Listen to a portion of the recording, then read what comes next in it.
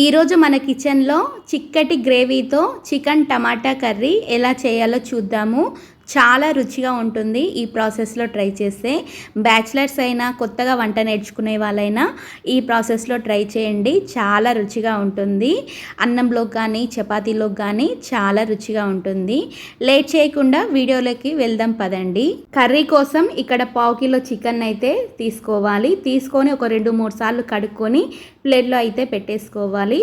తర్వాత ఒక 3 టమాటాలు, 2 ఉల్లిగడ్డలు, అలాగే ఒక 2 రెమ్మల కరివేపాకు తీసుకొని కడుక్కొని కట్ చేసుకొని ప్లేట్లో అయితే పెట్టేసుకోవాలి. తర్వాత స్టవ్ ఆన్ చేసుకొని కడాయి పెట్టుకొని ఒక 3 పావుల నూనె పోసుకోవాలి. నూనె బాగా హీట్ అయ్యాక మనం ముందుగా కట్ చేసి పెట్టుకున్న ఉల్లిగడ్డ ముక్కల్ని వేసుకోవాలి. ఉల్లిగడ్డ వేసుకున్న తర్వాత ఇక్కడ సాజీరా, అలాగే ఒక ఇలాచి, లవంగం, దాల్చిన చెక్క వేసుకొని ఫ్రై చేసుకోవాలి.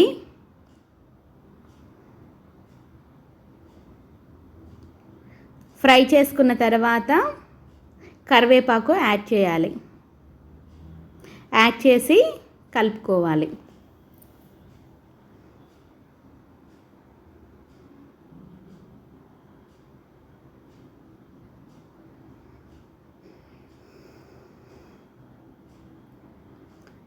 తర్వాత ఒక 2 టేబుల్ స్పూన్ల అల్లం వెల్లుల్లిగడ్డ పేస్ట్ వేసుకొని కలుపుకోవాలి.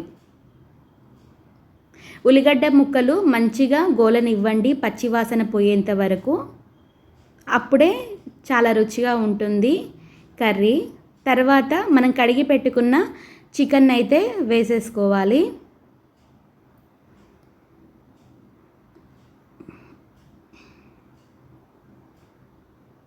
తర్వాత ఒక టేబుల్ స్పూను ఉప్పు, అలాగే ఒక టేబుల్ స్పూను పసుపు వేసుకోండి.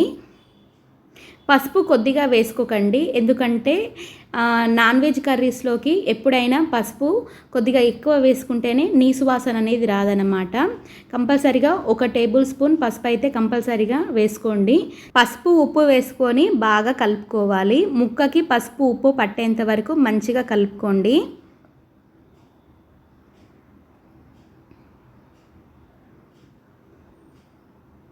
కలుపుకొని ఇప్పుడు మూత పెట్టి ఒక 5 నిమిషాల పాటు మంచిగా ఉడికించుకోవాలి.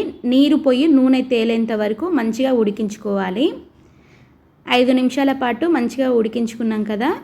సో నూనె తేలింది. ఇప్పుడు టమాటా ముక్కలను అయితే వేసేసుకోవాలి.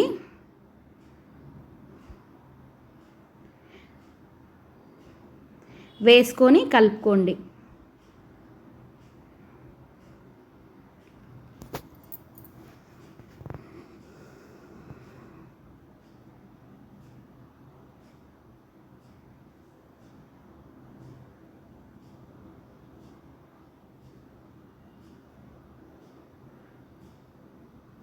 కలుపుకొని ఇప్పుడు ఒక 2 టేబుల్ స్పూన్ల కారం వేసుకోండి. కారం వేసుకొని ఇప్పుడైతే చికెన్ని కలుపుకోవాలి.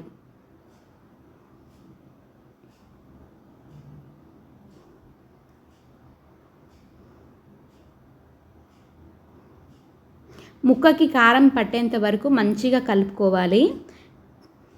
ఇలా కలుపుకున్న తర్వాత మూత పెట్టి ఒక 5 నిమిషాల పాటు మంచిగా మూత పెట్టి ఉడికించుకోండి.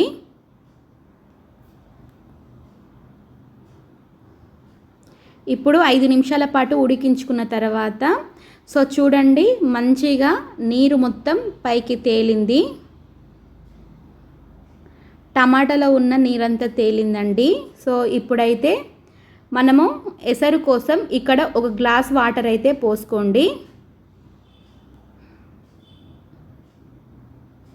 గ్రేవీ మంచిగా రావాలి అంటే ఈ టిప్స్తో అయితే ట్రై చేయండి.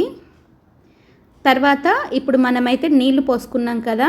పోసిన తర్వాత ఒక 2 టేబుల్ స్పూన్ల ధనియా పౌడర్ అయితే వేసేసుకోవాలి. అలాగే కొద్దిగా సాల్ట్ అయితే ఒక టేబుల్ స్పూన్ సాల్ట్ అయితే పడుతుందండి కంపల్సరీగా. మనం ముందైతే ఒక టేబుల్ స్పూన్ వేసుకున్నాం కదా, ఇంకొక టేబుల్ స్పూన్ అయితే ఇప్పుడు పడుతుంది. రుచి చూసి వేసుకోండి. ఉప్పు, ధనియాల పౌడర్ వేసుకున్నాం కదా. వేసుకొని కలుపుకొని